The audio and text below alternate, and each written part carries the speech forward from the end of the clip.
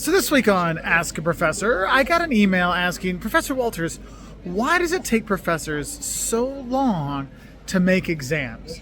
Well, I'll be honest with you, when you're trying to figure out what to grade your students on and what topics to cover, it can be a little tough to think about what is really the right things that will represent the true meaning of this chapter, of this topic, so I know that my students actually learned it as opposed to just memorizing definitions.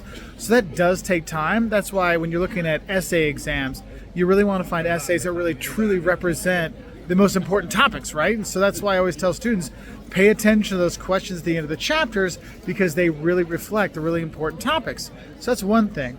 Another thing is, and this is more of a, yeah, sucks to be a professor kind of thing, is if you teach a class a lot of times, you have a lot of exams out there. And students find those old exams. If you collect them afterwards, I've literally found exams of mine that I gave at 9:30 in the morning. I found them online by 11.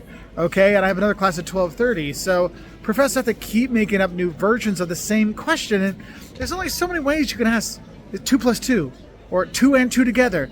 If I had 2 ducks and I added 2 more ducks, how many would they be?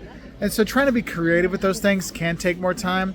But also sometimes it's just the fact that professors have so many other things going on, doing research, teaching classes, writing books, that sometimes the exam stuff kind of falls to the side. And I do know there's some professors that have literally turned in their exams to get printed the day before the exam. You're like, I don't know if they can do 400 copies in 5 hours. So if you got somebody awesome like my assistant Brian, then yes, it can happen, but not for everybody. So I hope this helps you understand kind of the reason why it takes professors longer to actually write exams. So if you have a question for Professor Walters, please let us know in the comments below. And I'll say bye from here in Innsbruck, Austria, where there are a lot of universities, and I'm guessing those professors have that same problem.